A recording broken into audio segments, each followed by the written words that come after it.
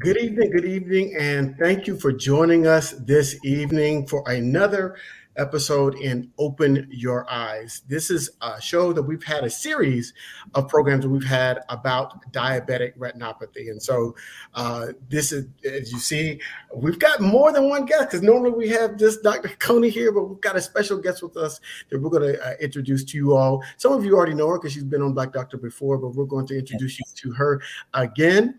But at the beginning of the show, as we say on each program, we want a couple housekeeping things we're going to take care of. Number one, let us know where you're watching from. Put that in the comment section. We'd like to know where people are watching us from all over the country, all over the world. We have some worldwide watchers, and so we'd like for you to know where you're watching us from. Number two, if you know somebody that needs this information, please tag them or share it on your page. This is really life-changing information that we're going to be providing today for anybody that is diabetic, pre-diabetic, wants to know if they've got a family member, friend. If you're Black in America, you probably got somebody in your circle that is diabetic or pre-diabetic. So we would like to get that information to them. And then finally, if you have any questions, we've got two of the best here on this program tonight. And so please ask your questions, drop those in the comments, and we will get them asked tonight so you can get the answers that you need, because that's what this program is all about. It's about getting answers to you and your family. So one of the things before we were starting this, we're coming in, I was thinking about this program tonight, is when I was younger, I fancied myself to be an athlete, right? And so you probably can't tell today, but back then I thought it was something special. And my coaches used to always say, when you're an athlete, control what you can control, right? Because there's some outcomes, there's things that can't happen that are out of your control. So focus on the things that you can control and let the rest play itself out. And so I want you to remember that as we're going through tonight's topic, because we're going to be talking about those things that are in your control, and we're going to be talking some things that weren't in your control. But we're really going to focus on the solutions in terms of diabetic retinopathy, social determinants of health, all of these things that are out of your control. But we're going to give you some solutions to the things that are in your control so you can improve your outcomes. It's going to make sense. But let's get to the two players, the people that you're here to see, and that is Dr. Joe Coney. How are you, Dr. Coney? Alice, I'm doing great, and it's a pleasure to be here today, and also to share the stage with Dr. Marioneaux. And of course, Dr. Stephanie Marioneaux. She is fantastic. We could spend 30 minutes of the show kind of talking about her accolades, but I just want to let you all know that when we do our Seeing Eye to Eye program each month, Dr. Marioneaux is the one that is putting that program together. We've had some wonderful programs talking all about eye health, and we've had a string even on Tuesday night on our Healthy Kids Summit. We had just some fantastic practitioners on there, and Dr. Marioneaux is the one that is putting that all together. So, first question. So we're going to start this program with kind of a recap. So I know this is our fourth program, and we've gotten far away. We're deep into diabetic retinopathy. The last program we showed some eyes and how they look. But let's refresh with our viewers. Dr. Coney, what is diabetic retinopathy? So, as we've mentioned before, diabetic retinopathy is a result of a chronic problem, which is diabetes. And over time, diabetes affects both your blood vessels and your nerve tissue. And in the eyes, it affects the blood vessels, where we can see leaking blood vessels. There's a whole spectrum of changes that happens. But early on, I think that the hard part to grasp about diabetic retinopathy is early on, there are really no signs of actually vision loss. Everyone is doing well. And then over the years, from being uncontrolled from diabetes and just having elevated A1Cs and blood sugars for a long periods of time, and then the risk factors of obesity, high blood pressure, et cetera, this causes progressive damage in the retina. And then over time, people start having splotchy vision. They have a difficulty in reading at night, maybe some glare.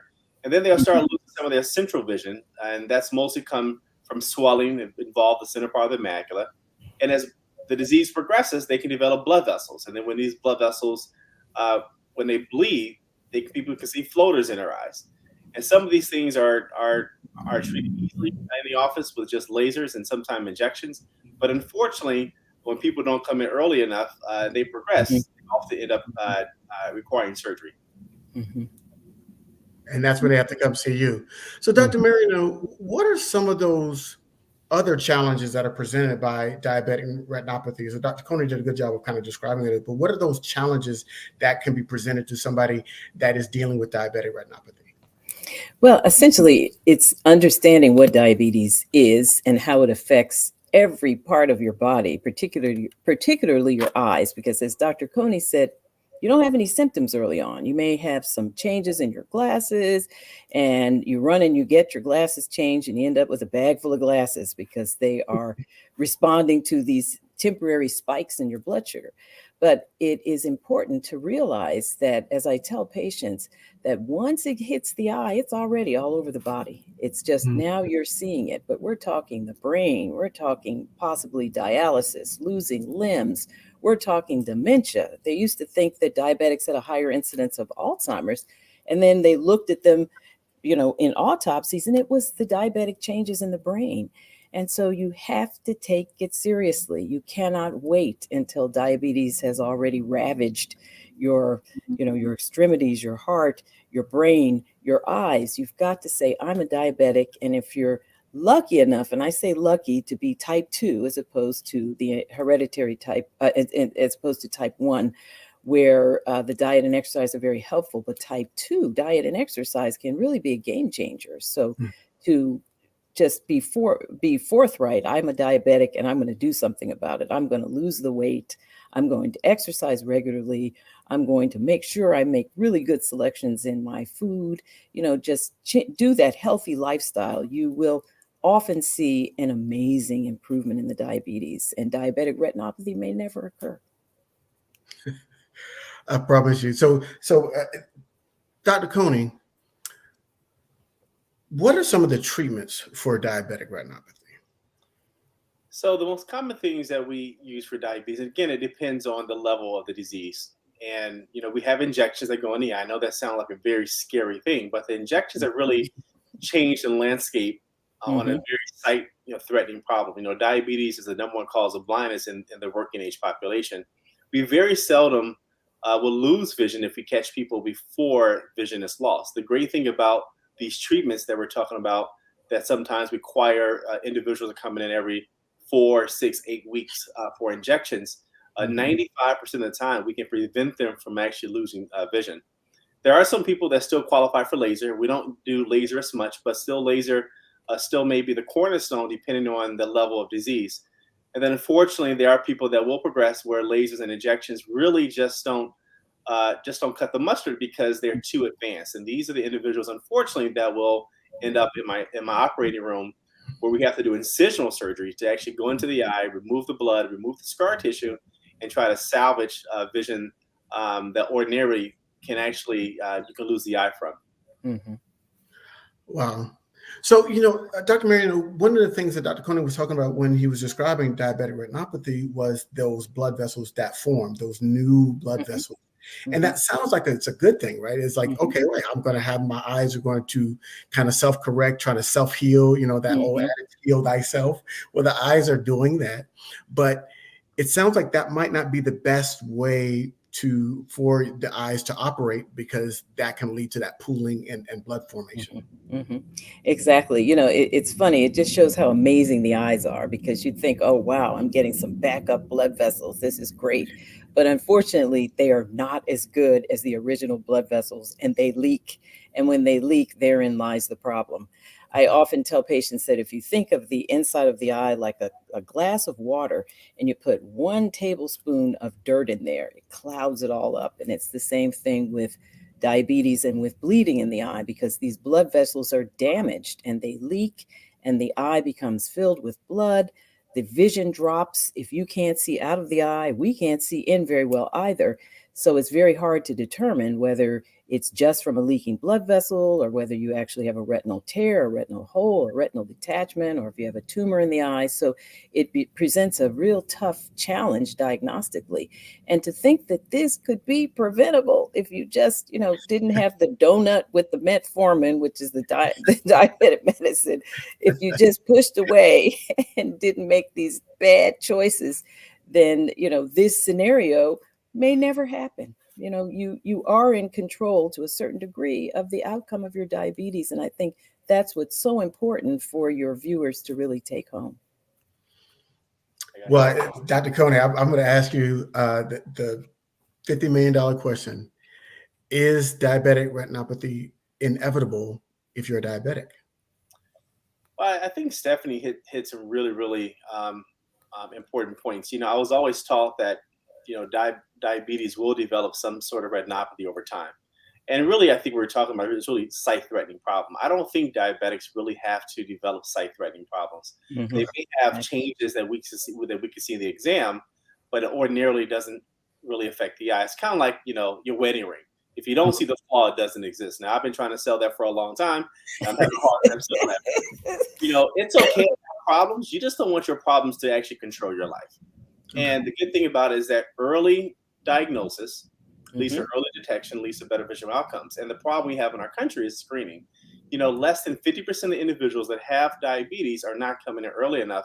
And unfortunately, these numbers are even higher in African American and Latino population. So we need to do a better job in screening, because once we identify them and we make the correct diagnosis and the right staging for the level of the disease, with the right follow-up and treatment, we can actually prevent anyone from actually losing vision. Exactly. I think that's a good point. So I'm going to stay there, Dr. Marioneaux, because we're talking about screenings, right? And we know that there's a lag in Black and brown communities in terms of getting screened. However, there's also a disproportionate impact of diabetes in those same communities. Mm-hmm. So how do we encourage more? And we know that Dr. Coney just said, get screened earlier, we can save the vision. So how do we convince our population that screening is just as important, and when should they, and how often should they get screened?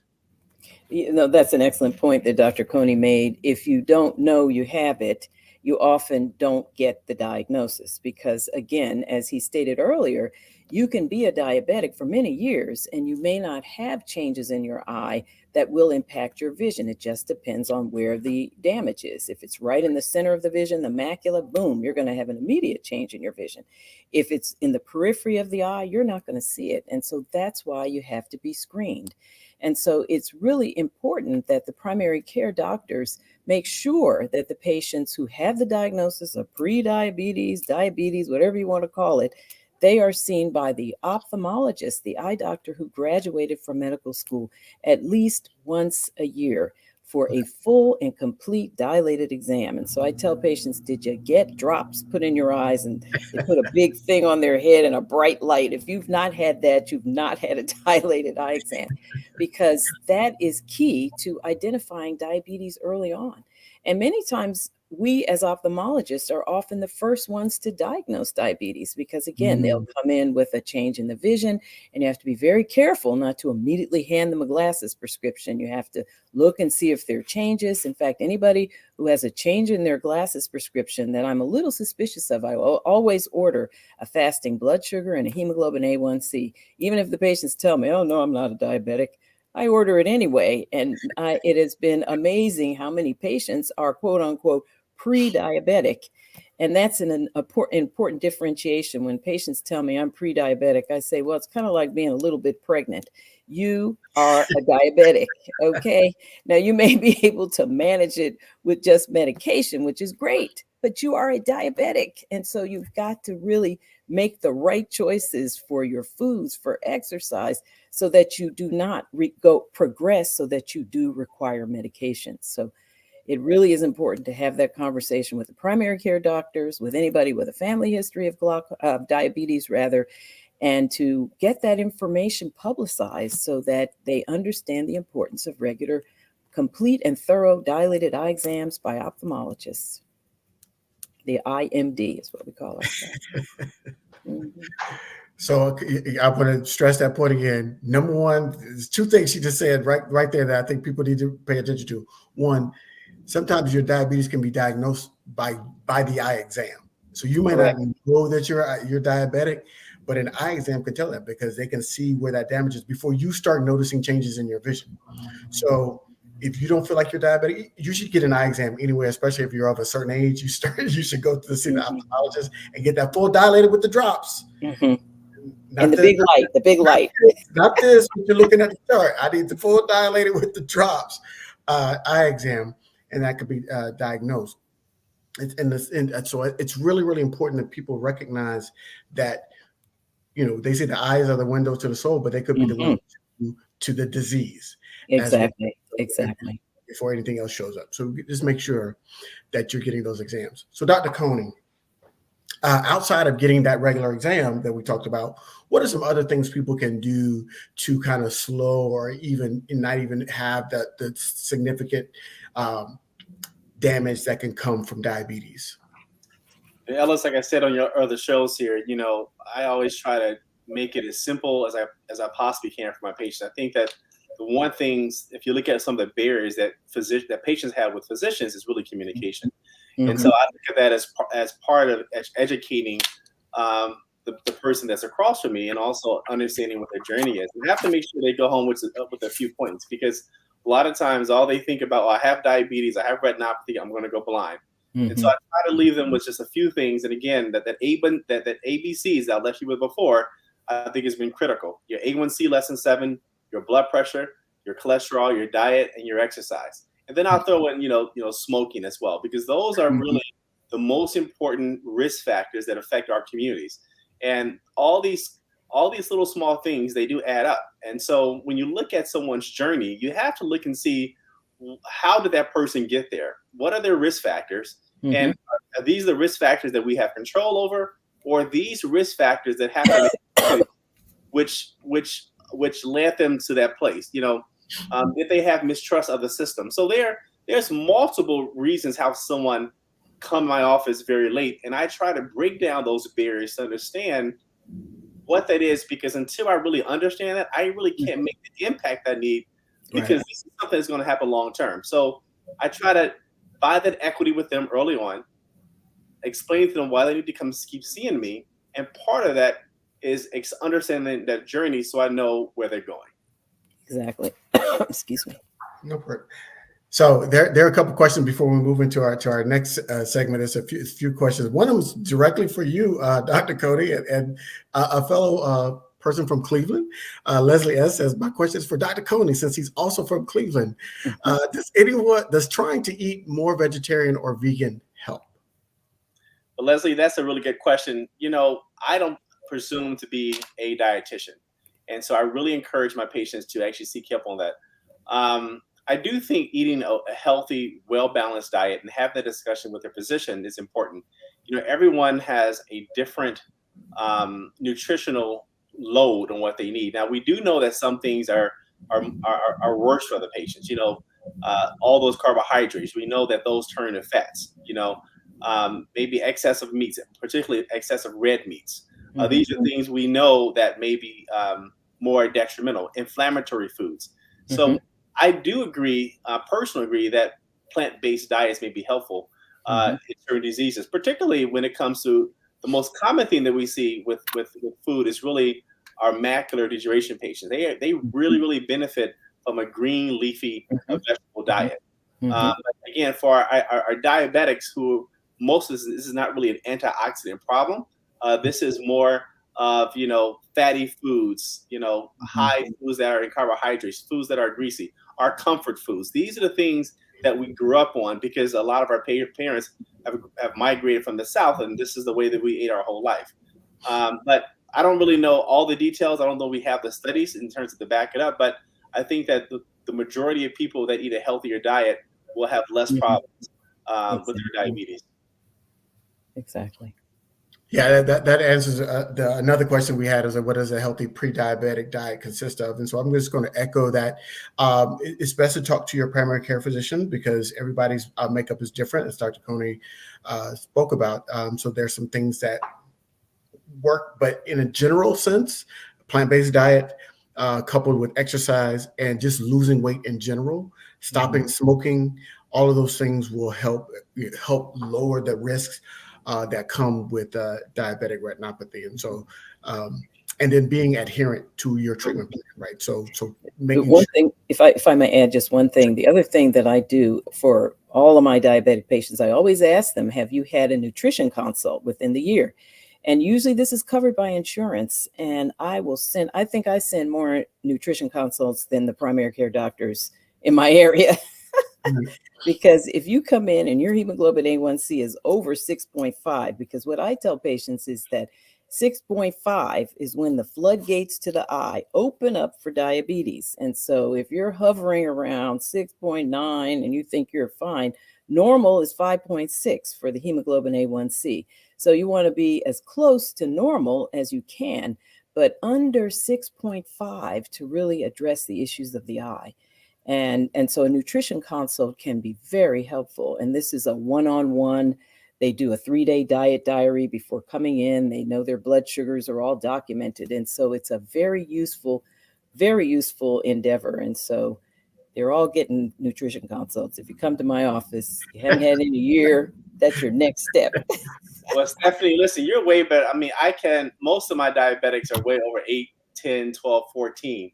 And maybe that's the reason why they have the retinopathy. So you're doing a really good job. That's exactly right. Yeah, so you're right, because I have a very low rate of diabetic retinopathy in my office. Very, very low. I'm not fooling around. You need to get that down. So there's a question here for you, Dr. Stephanie. If you're not diabetic, how often should you get an eye exam? Usually, it depends on your age. It depends on your family history. If you have a history of glaucoma, if you have a family history of diabetes, you need to come on in and get evaluated. Because again, here we go again, you may not know that you're a diabetic, but if you are 20 to 30 pounds overweight, and what I tell patients is that if you do not decrease your portion size and increase your exercise, you will gain 10 pounds every 10 years, starting at age 20. So at 30, you're 10 pounds overweight, 40, 20 pounds overweight, and 50, you're usually 30 pounds overweight. And 30 seems to be sort of the magic number that triggers high blood pressure, high cholesterol, diabetes. And so you need to get your eyes examined because, as I say, and as I've said on your other show, I tell my patients the eyes lead the way. So you need to make sure that they are in great shape. And that means you come in every year for a dilated exam.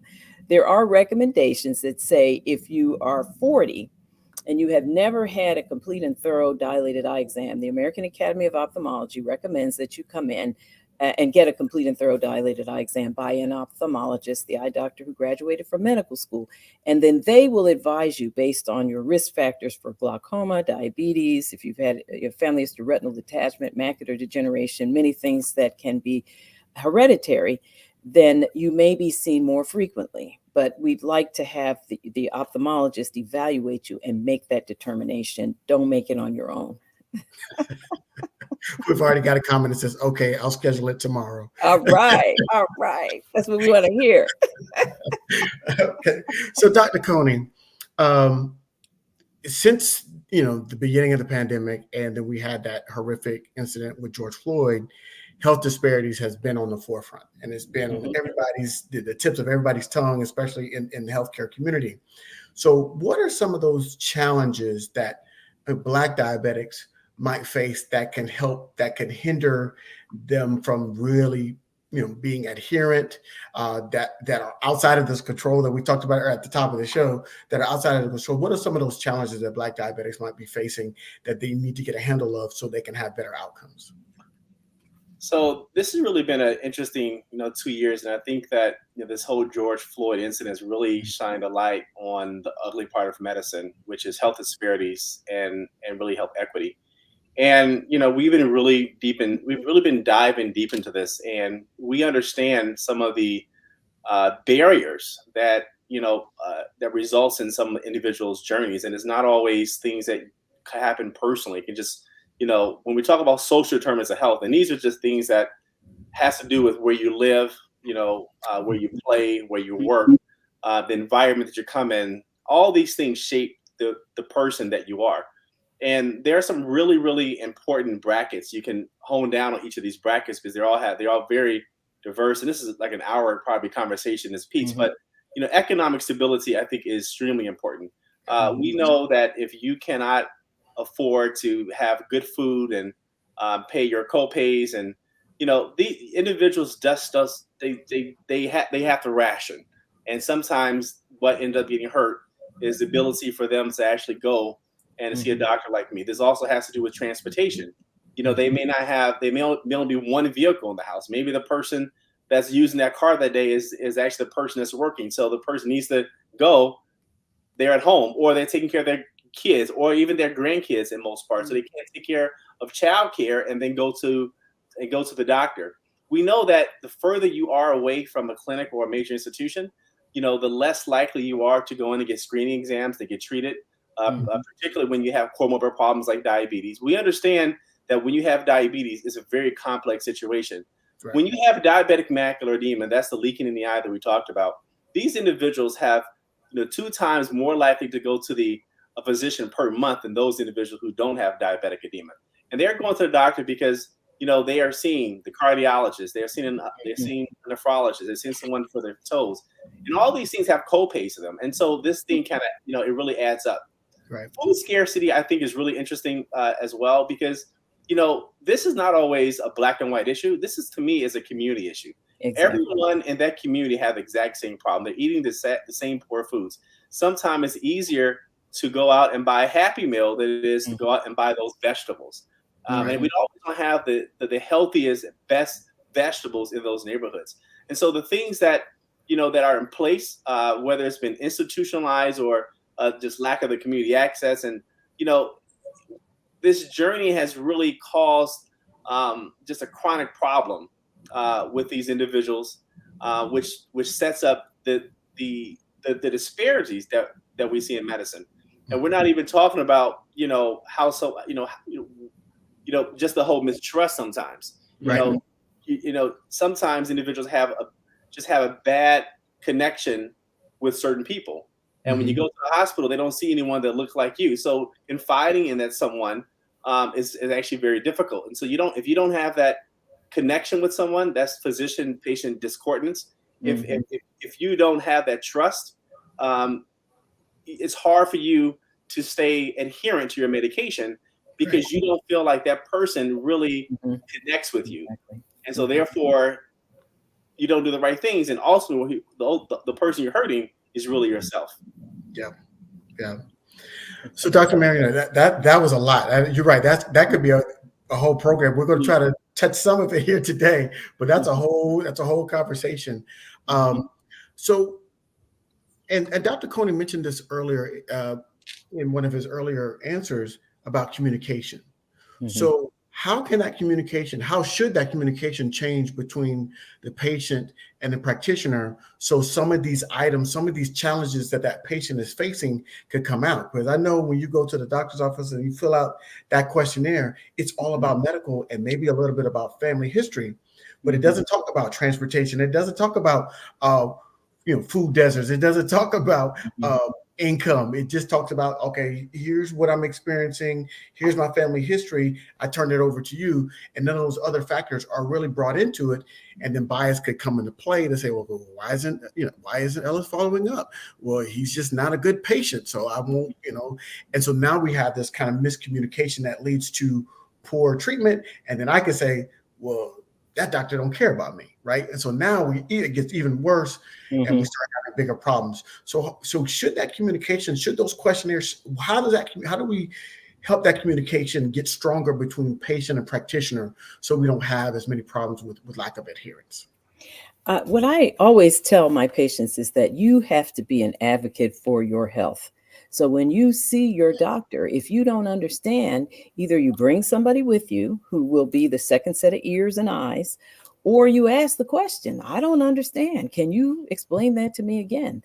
Because that's really important. And it's challenging, because once you tell a patient something that they did not expect, say, oh, I see diabetes in the eye, I'm very concerned.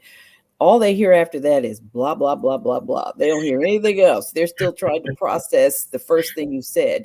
And so when I have patients who come in and I know there's something I'm about to tell them, I always ask them, is your spouse in the waiting area? Do you have a daughter or a granddaughter? Do you mind if they come in? And then I have them come in and they can hear the discussion, because it's important that patients do feel that they have a connection with their doctor. And the other thing I tell patients is that if you feel as though you are not, you don't have a good connection with your primary care doctor, then find another one. I tell them I think it's really important for you to like your doctor so that you can trust your doctor. And so, there's no law that says you have to stay with the same doctor. So definitely move on if you feel that there's a real impediment to your ability to communicate the concerns that you have. In terms of the social determinants of health, there was a study that came out that suggested just what you said, that perhaps these questions should be included in the questionnaires when patients are coming, because you give them the medicine and you assume they're going to take it. But as Dr. Coney said, they don't have the transportation to get the medicine to the pharmacy. They may have a trimmer in their hand and they can't put the drops in. They may be so involved with the care of children, sort of the sandwich generation themselves, ailing parents, that they're not able to do it. And so those are things that are almost beyond the scope of a very short medical exam. It's more of the community responsibilities that really need to kick in. And I know, for example, the hospitals now are being penalized for readmission rates. I know Dr. Coney can attest to this. With Medicare, if you take care of the patient in the hospital and you get them well enough to go home, and they go home and then they come back to be readmitted, there's a financial penalty. And so that has actually stimulated hospitals to pay greater attention to the social determinants of health.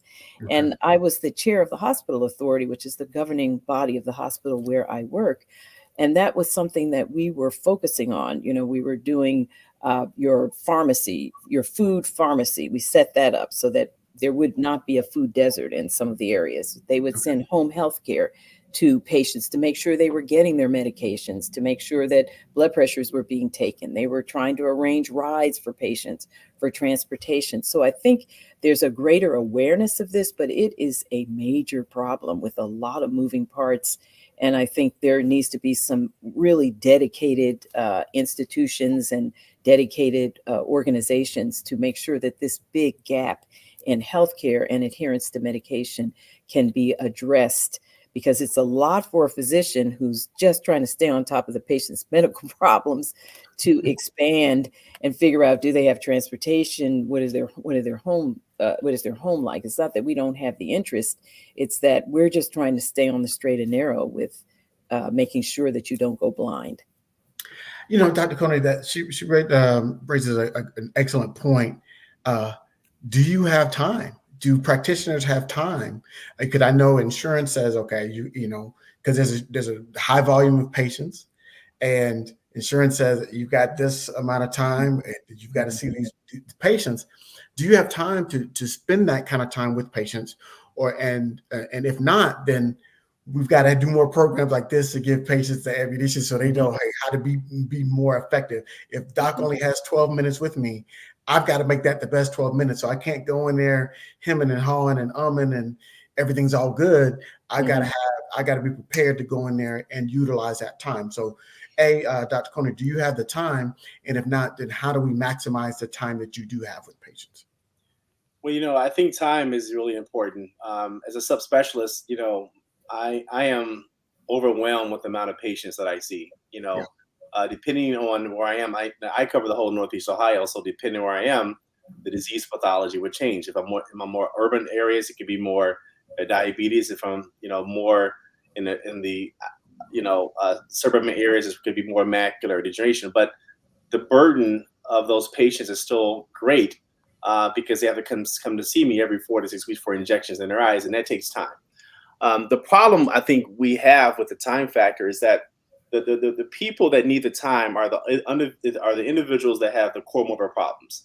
They're very complicated patients. They have high blood pressure. They have diabetes. They're coming from dialysis. I mean, it's a very, very sick patient.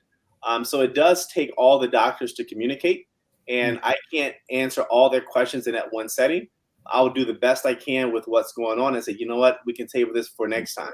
Or if it's something that is a cataract, then I'll leave that discussion for the cataract doctor, or if it's a glaucoma, or if it's something else going on.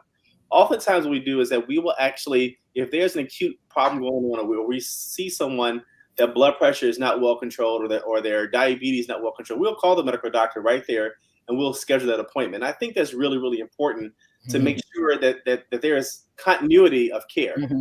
Sending letters is actually really, really important. Mrs. Johnson was, she was here today. This is what she came in for, but these are the other things that we found that we addressed today, which I really need for you to actually look at. This really need to look at. There was a study that looked at the differences of individuals that had glaucoma if they had Medicare and Medicaid. And we saw that the people that had Medicaid came in with worse vision. They came with more advanced disease, and they didn't necessarily get all the screening tests they did as the Medicare patients did. And so I don't know if this is because this is a tougher population, or is it that from our own bias, we're not doing everything we should be doing for all these patients. Physicians also need to find a way to streamline medicine across the board, where everyone that is coming to your office get the exact same care. And so that's a whole nother discussion that we should be doing to also address health disparities. Right. Stephanie, I'll be interested to actually get your thought on that. I know that you're closer to the glaucoma world than I am. I'm sure you're familiar with Dr. Elam's study. How do you guys address trying to streamline care where everyone gets the same thing when they come in for, let's say, glaucoma? Well, first of all, I agree. We send letters. I send letters to all the primary care doctors the minute I put them on any glaucoma medications. I'm a cornea specialist, but I also obviously do comprehensive and see general ophthalmology. So every glaucoma patient I have gets a letter to the primary care doctor every time I start a medicine, when I discontinue one, if I add a medication. So I try and keep that pathway or communication open, and the patient knows that I'm sending the letter. I tell them I'm sending the letter so they can tell their primary care doctor to look for the letter when they finally are seen. Okay, so that's really important. The second thing is to just, again, the patients have to be an advocate for their health. And one thing is you try and do the very best for the patients that you can, but honestly, the insurances are really dictating what we do. There was a time when we had so many different choices for glaucoma medications. You really did try and give them the medication that you thought they were suited for. Now there's like a cookbook.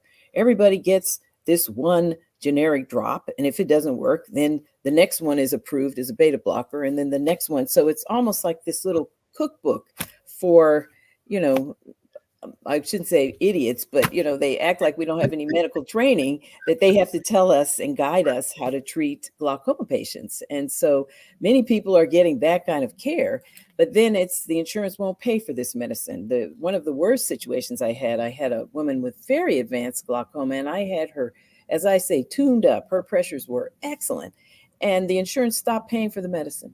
And so instead of taking maybe 3 or 4 drops a day, she was up to 6 because I had her on combination drops. They wouldn't pay for the combination drops. So now they were taking all the medicines that were in the combination drops as individual drops. And so it becomes a real challenge in treating patients nowadays, because the insurances will not pay for the optimal care that is required for that patient. Everything is part of sort of something that they have figured out that they think works, but it doesn't work for everyone. That's why we call it practicing medicine, because we are essentially learning from our patients, and we are trying to really do the right thing for them. So you'd be surprised how streamlined the treatment is now. Everybody's getting the same thing. And the insurance company is more of an impediment than actually, I think, the selections that the physicians are making. That factors in now, I should say. Well, that's one of those social determinants, right? Exactly. So insurance is a big part of that. So when we're talking about our healthcare, bucket, it's not just the physician and the patient that's in there. You've got your insurance, or even some cases lack thereof. You've got where they live, transportation, where they work, because sometimes if you're in a situation where you can't take off from work to go to, if the doctor's office is only open from 8 to 5, and that's the time that you work, and taking a day off from work can severely impact your financial situation. you're more than likely not going to take that day, even though it's necessary for you to be able to continue to work. So it's a catch-22 that gets created. So can I make one other comment, if sure. I could? Yeah, the other thing is there was a study that came out, I think it was either in JAMA or ophthalmology, but it was in 2020. And with the expansion of Medicaid, which was quite controversial, they did note that there was an increase in the number of dilated eye exams, the complete and thorough eye exam. There were more over the next 2 years, and then it plateaued off. So even providing the health insurance, it did make a big impact on some patients. But again, we will just assume that perhaps the social determinants of health kicked in again, that they didn't have the transportation, or perhaps they didn't have the money for the medicine, or, housing issues, or just so many other things that they were able to take advantage of it initially, and then the numbers dropped off. So there's a lot of work to be done with the social determinants of health. You really makes a good point, because in this country, 1 out of 10 people are still uninsured, and more than 50% of those individuals lie in the Black and brown community. So those individuals that were seeking care, who didn't have access before, all suddenly had access. So I think you hit that important, and I don't want to make this a political issue, but we do need to do a better job in taking care of our own people here in this country. I agree. So if you're just joining us, we are here. We are Open Your Eyes, and tonight's topic is overcoming the obstacles of diabetic retinopathy. It's not just sugar. That's the biggest obstacle. That's the truth. Sugar is a factor, but it's not the biggest obstacle. So we're kind of talking about, tonight's program is all about those social determinants, those factors that are kind of in our control, but out of our control. And we're talking about controlling the things that we can control. So Dr. Coney, let's talk about solutions. We've talked enough about problems. Let's talk about some solutions. What are some things that patients can do to control those things that they can control to improve their outcomes? Well, Stephanie hit some of the really important things earlier. I think, being your own advocate, I think, is the most important. I encourage patients to take notes. I encourage them to come with someone else. This is a family problem. I want to see the spouse there. I'll often ask, do you have someone with you? Do you mind if they come in? During COVID, for example, when the husband or wife or whoever was bringing the person in were now allowed to come to the office, I would not only send a doctor a letter, I will also send one to the family, or we'll call the family up that was in the waiting room, because we wanted them to know what was kind of going on, what is what is the next plan of action. So I kind of give them a little insight of what I was thinking and what to expect for the next appointment. I think as clinicians, one of the big things that we still deal with is health literacy. I do a lot of teaching in my clinics. I shower them with pamphlets. So when they go home, if they don't understand what I said, we have it in clear written English that 8th grade level person can actually understand what's on the word. Because we do know one of the determinants of health is those that have lower education levels. It's hard for them to understand the consent forms. These things are really, really important when it's come to a time where they have to make a decision about their health. I think it's also important to make sure that we have literature that if you are dealing with populations of bilingual individuals, you have something that can translate, that they can understand too. Have a translator there. All these things, all these small little touches add in dividends later. And so these are the things that I really encourage my patients to do. And, back to, the medicine wise, as a clinician, I'll ask Mrs. Jones. So Mrs. Jones, how did you do with your eye drops? Were you able to get them up? That gives her an opportunity to tell me, well, Dr. Coney, those eye drops I never picked up because I couldn't afford them. I went there and it was $50. And so Mrs. Jones may feel bad that she couldn't afford her eye drops, and I may have not even known that. So this allows me to have a conversation with her to figure out, well, what's in her plan that I can deal with her plan to actually still tackle what she needs to do. So just asking open-ended questions to your physicians and to your patients, and listening to them can actually help you understand which way to have that conversation. Dr. Marioneaux, what are some of those techniques that you employ to help, because I know you talked about being your own best health advocate. How do you encourage your patients and empower them to be their own best health advocate? Well, and for diabetes, I do a couple of things. One is I definitely make sure they understand the significance of the hemoglobin A1C. So as I mentioned, I want them under 6.5. And what I tell them, because a lot of them will tell me, I tell them 80 to 100 is normal for your fasting blood sugar. That's where we want you to be. And I don't want their primary care doctors to micromanage them. That's not what I'm asking. What I tell the patients will say, oh, when I get to 80 or 100, I'm shaky. And my response is, I don't want you to drop to 80 to 100. I want you to live there. Okay. I want you to not put so much sugar in your blood so that it's always high. So, how are we going to change that? And so I will frequently ask them, what have you had for breakfast? And or if they won't tell me, I said, okay, are you drinking juice? And they'll say, oh, yeah, I have orange juice. I said, well, what do you take when your blood sugar goes low? Orange juice. I said, so why would you start your morning with this sugar explosion with a glass of orange juice? So how about we get rid of the orange juice? Well, how about toast? No, get rid of the toast. How about, the jelly? Get rid of the jelly. No more white rice, white potatoes.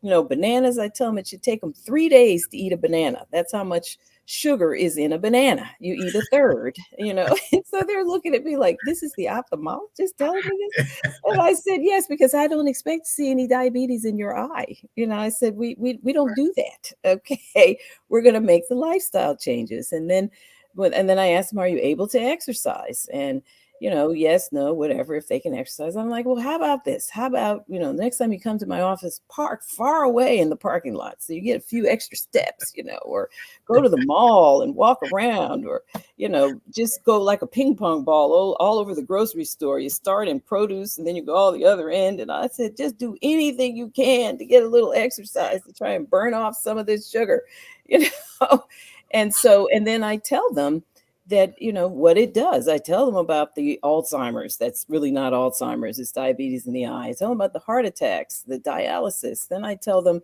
I say, okay, what is your favorite bad food? And there's a whole long list of them. It could be mac and cheese, could be ice cream, could be. And so what I tell them, I said, the next time you look at that, big piece of whatever it is, I said, two things. I said, first of all, you need to ask yourself, is this worth blindness? Okay.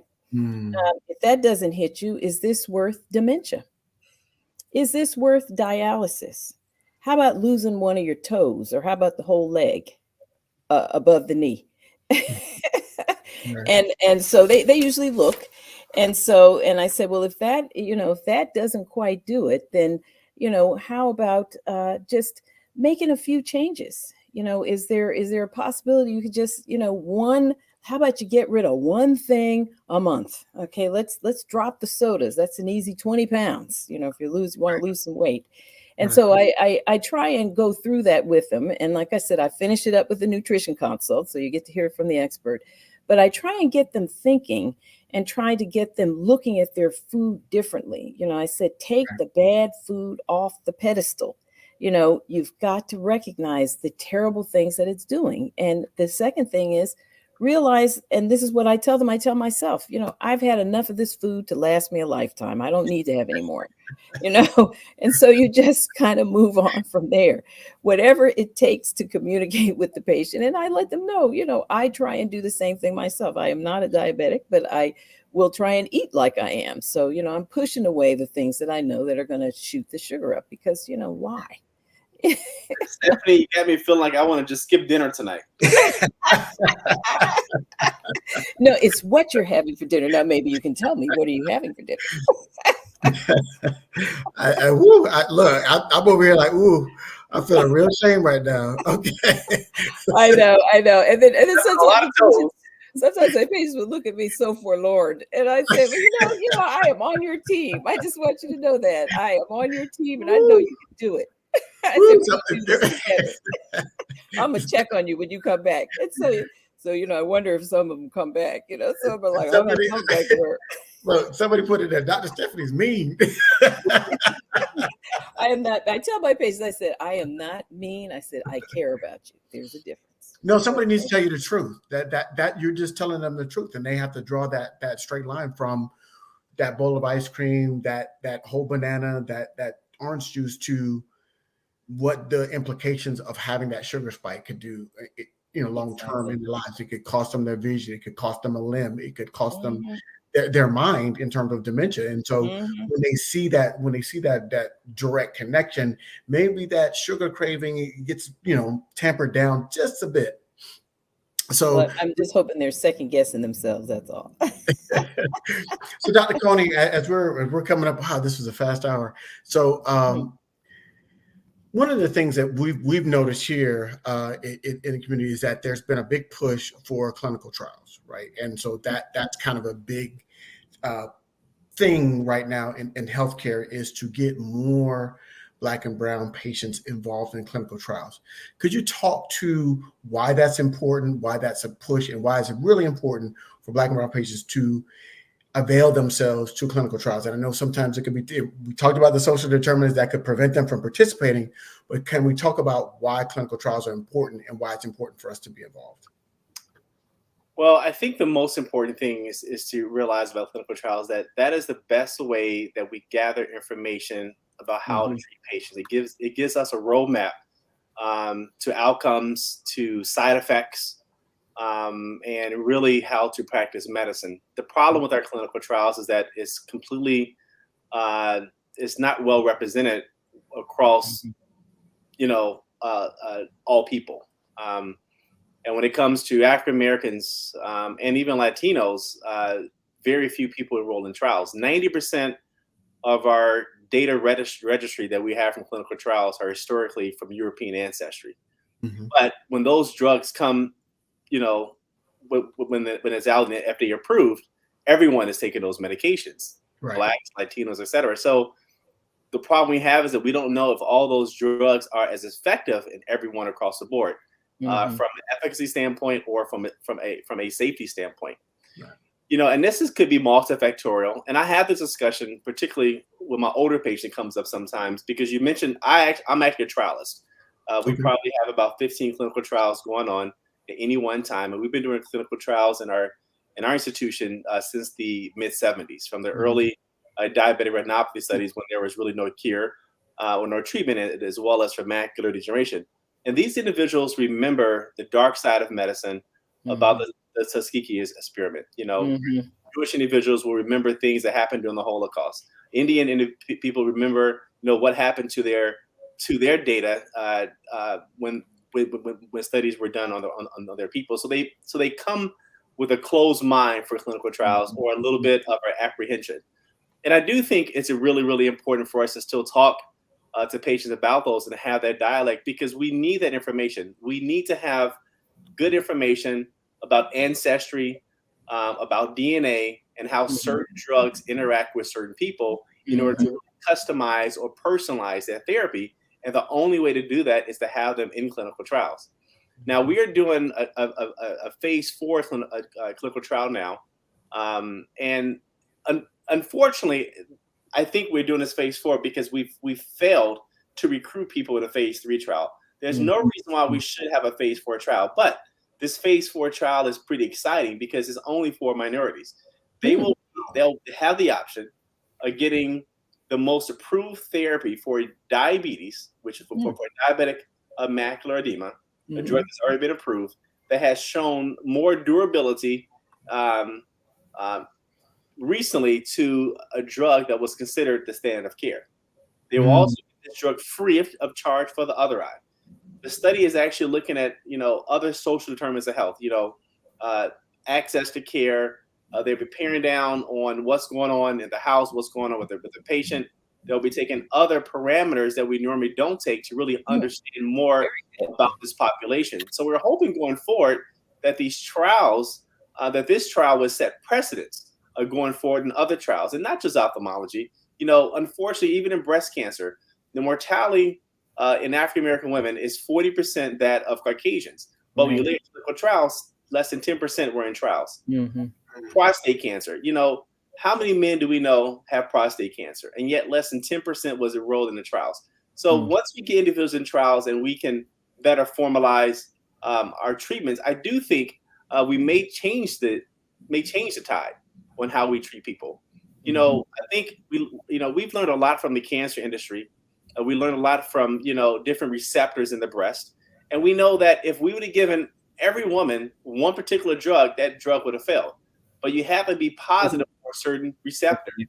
That has really set precedence, and we just don't have that in ophthalmology. But hopefully going forward, by putting these little pieces of puzzle together, we can solve some of those answers, have better efficacy, decrease side effects, and actually personalize treatments to improve their outcome. Exactly. Exactly. You said a word right there, Dr. Coney. I apologize. That was it. That's exactly. You're exactly right. Just the participation and involvement improves outcomes. That's the only thing I could say is that. So we've got to get involved. Anything that you need from us at Black Doctor to help you recruit people to become involved in your trial, just let me know, and we'll put the word out to our audience to get more people to enroll in your trial, so you can get the results that you need. Oh, great. Yeah, so let us know. One of the things, the other reason why this is important is because by 2050, the minority in this country will become the majority. Right. And doctors will be overflooded with people that don't look like them. So we want to make sure that the drugs that we bring to market is safe and really efficacious for that population that is really coming in the future. And that brings to mind another point. It's really important to train the underrepresented minorities in medicine. And there have been studies that have been shown. There was a book that was written called The Shape of the River, and it was written by Derek Bach, who was the former president of Harvard and the former president of Princeton. And they found that, all of the challenges to affirmative action, that the African Americans were the group that went back to their community in the greatest numbers to work in all professions. And so if you can help elevate and train more underrepresented minorities, they will also be there, as you said, in 2050 to meet the challenges of the changing demographics and to also help hopefully participate in the clinical trials as they're going through their training. So there are a lot of things that need to be done, but I have to say, at least we're starting the discussion. So we certainly want to thank you for allowing us to participate in that. And we hope that, enlightening a few people will begin to enlighten many, and we'll see some really long-term benefits. Well, we've already had two people say that they're going to go ahead and schedule their appointment. So that sounds good. I'm really pleased about that. They need to get their eyes examined. That's a good start. That is a great start there. And again, we're, what we're trying to do here at blackdoctor.org is, we have two kind of stated goals. Number one is we're going to try to close that life expectancy gap, right? And so this is one of those things, these conversations and other conversations that we're having is really designed to close that life expectancy gap, because while diabetic retinopathy, nobody's really dying from diabetic retinopathy, but they're dying from diabetes and all of the things that are associated that we talked about that come from diabetes. We understand how hard your life can become. If you have that unnecessary amputation of a limb, that can cause a whole lot of chaos, ripple effect on your life. If you go blind as a result of diabetic retinopathy, what kind of impact will that have on your ability to work, live a fulfilled life? And so what we're trying to do is have people have, you have a lifespan. One of the things I like to say all the time is you have a lifespan, and then you have a health span. And the health span is the number of healthy years you have inside your lifespan. And so what we're trying to do is increase that health span to where you have as many healthy years as possible. And this program is one of those programs designed to help improve and increase that health span. So this has been fantastic. Y'all need to go read the comments, because y'all are they're singing your praises right now. Diane, Adolph, Priscilla, John, thank you so much for your comments. We really appreciate it. This has been a fantastic program, but it doesn't work if you don't take this information, share it on your page. Please like this program, share it on your page, let people know this information is out there, and go, as Dr. Stephanie is saying, go be your own best health advocate. Dr. Coney is saying, be more communicative with your practitioner, open up, share. They're not going to run around and take your information and go sell it and do all this stuff. They need that information. That information is going to help your treatment plan be better for you. So, but the number one starts with you. And I'm going to end like we began. Control what you can control. You control what food you eat, what you put in your mouth. Right. You That's control that. You control how much or how little you exercise. right. You control that. You control when your appointment is set, right? Your doctor's not calling you to set the appointment. You control that of when you set that appointment. So those are the things that are within your control that you can control that will help improve your health outcomes immeasurably. So control what you can control, and then come here to Black Doctor to get the information you need to live a happier and healthier life. Thank you all for joining us this evening. This has been a fantastic discussion.